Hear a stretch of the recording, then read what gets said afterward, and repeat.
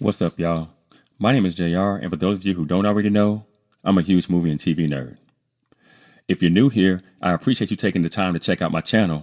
I hope you consider sticking around and joining the film community I'm trying to build here on YouTube. So in today's video, I'm going to be giving my reaction and review of the 20th Century Studios' latest spy thriller, The Amateur. And just so you guys know, this video will contain some mild spoilers, so if you haven't gotten around to seeing this movie yet and you don't want to know anything that happens in it, you might want to exit this video now. And with that being said, no more wasting time. Let's get into it.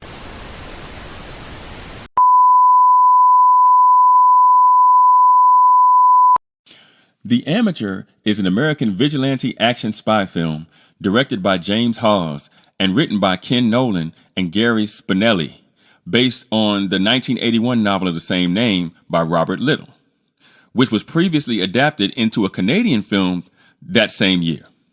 It stars Rami Malek, Rachel Brosnahan, Catriona Balfe, John Bernthal, my guy, Michael Stuhlbarg, Holt McCallany, Julianne Nicholson, Adrian Martinez, Danny Sapani, and Lawrence Fishburne. And the film is scheduled to be released today by 20th Century Studios, today being April 11th, 2025. And to this point, the film has received mixed reviews from critics. Now, at the time of the making of this video, the movie has a 62% on Rotten Tomatoes based on 101 critic reviews, with its popcorn meter currently sitting at 89% based on over 250 ratings. The film has a Metascore of 53 on Metacritic based on 28 critic reviews, and it does not yet have a user score because there aren't enough user ratings as of yet. But finally, the movie has a 6.7 out of 10 on IMDb with almost 1,500 ratings. So look, I first heard about this film while I was watching the previews at my home theater right before Captain America Brave New World. And as I saw the preview for this movie, I remember thinking to myself, okay, we're going to get a spy thriller with an interesting little twist on it. That being a story about a spy who's not really a spy. He's a spy in a literal sense as though he works for the CIA, but he's not a field agent, right? And that's what I thought made this a little more interesting than your typical spy revenge thriller. And it was something I felt like I could get on board with. So when I went to see this movie earlier this week, I walked into the theater with a little tinge of excitement, because it's been a little while since something came into the theaters that I could really, wrap my arms around and go, okay, I'm really going to go see this, not just because I'm going to make content out of it, but because it's a movie I actually want to see, right? I like Rami Malek, right? I think he's an amazing actor. And Rachel Brosnahan is definitely someone I would pay money to see in almost anything. In The Marvelous Miss Maisel, she was one of the best performances I've seen ever. But I've been a fan of hers ever since House of Cards on Netflix. So I sat down with my popcorn and my blue raspberry icy, ready for an interesting tale of revenge. True story. And look, The Amateur starts off well enough, right? With a setup that shows great promise, right? You've got this character who doesn't like to take chances. He's married to this beautiful woman who's going to London. And, he's kind of at the farmhouse, just kind of chilling out. Oh, I'll be here when you get back. Super kind of passive guy, kind of simpy. I'm not going to lie. But you kind of were like, okay, seems like a nice enough guy. You watch his wife leave. He goes into work at the CIA and you realize really, really quickly early on, he's really smart. Right? Maybe the smartest person in the building. He's in the part of the building with all the computers and stuff like that. So, a nice guy, right? He's not bothering anybody, right? But the potential energy in this film quickly dissipates as the first act drags on for what seems like forever. In preparation for a second act that seems to be confused about the role it's supposed to play in the unwinding of the point of the story being told, right? Rami Malek delivers a fine performance in the lead role. He does exactly what I expected him to, right? And Catriona Balfe also delivers in spades in her supporting role. I thought she did a really good job, right? Really, really, really good job. Look, Rachel Brosnahan was wonderful. And I wondered how much she would be in the movie, given that this is a tale of revenge, where a CIA, operative, if you want to call him that, basically goes zero dark, no stars on some people for killing his wife. But I thought that the writers did a really good job of keeping Rachel Brosnahan inside the narrative, right? Once she's killed at the beginning, at the catalyst, he sees her when he doesn't really see her, right? And she even speaks and talks, and there's flashbacks and things like that. So they keep the character's presence present throughout the film, which I thought was a really good decision by the writers. And so these three characters' performances, specifically, Larry Fishburne did Larry Fishburne things, even though he's getting a little older, a little slower, but he still did his thing. You know what I mean? But the performances of the cast, they just can't overcome the writing faux pas in this one, in my opinion, right? And the chief among them being Charlie as a character, right? Because he's flawed in some ways that he can't be if you're going to make something like this work. Because as a character, he comes off as far too savvy when it comes to tech, right?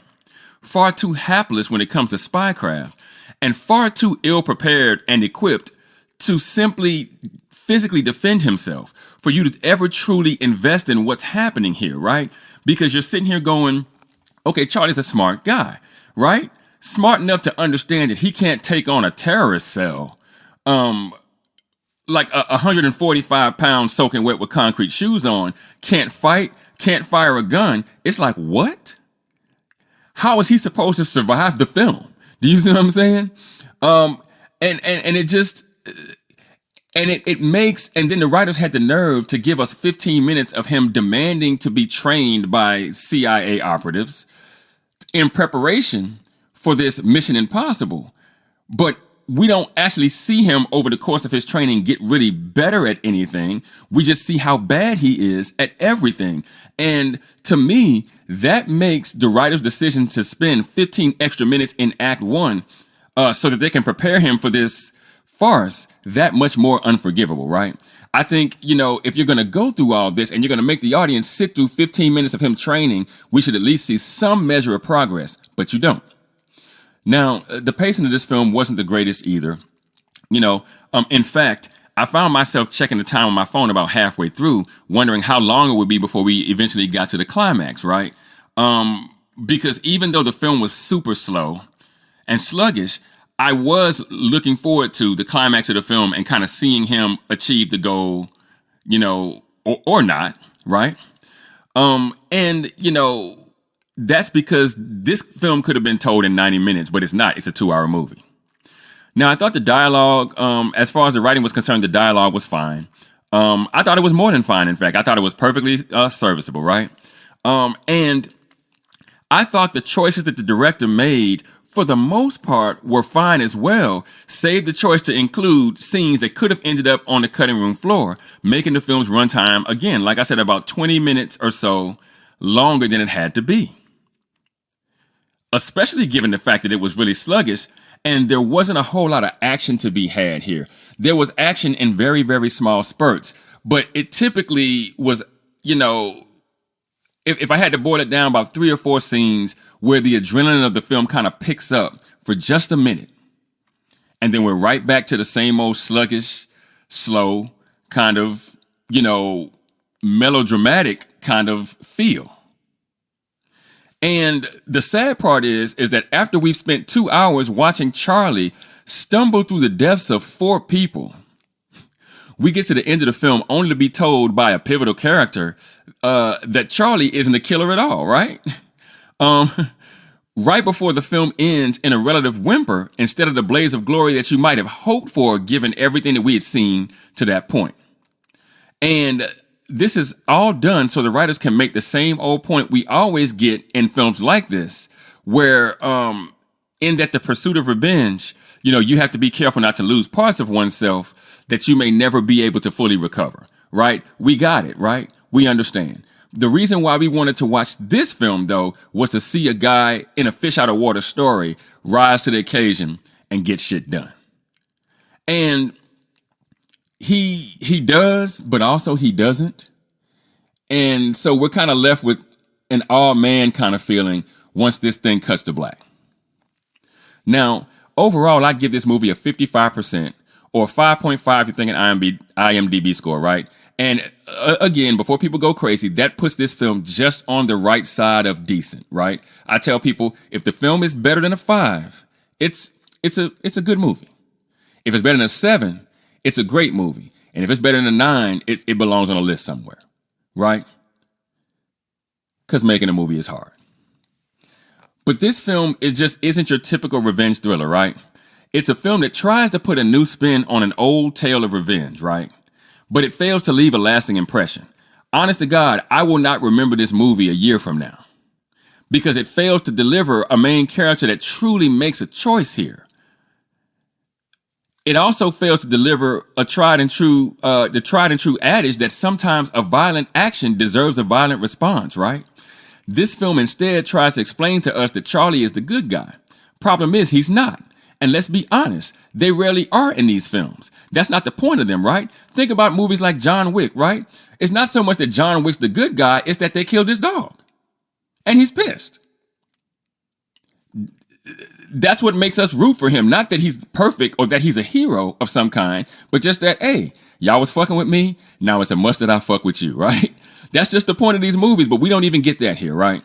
And in this film, Charlie is just the guy left standing in front of a trail of bodies left in his wake, right?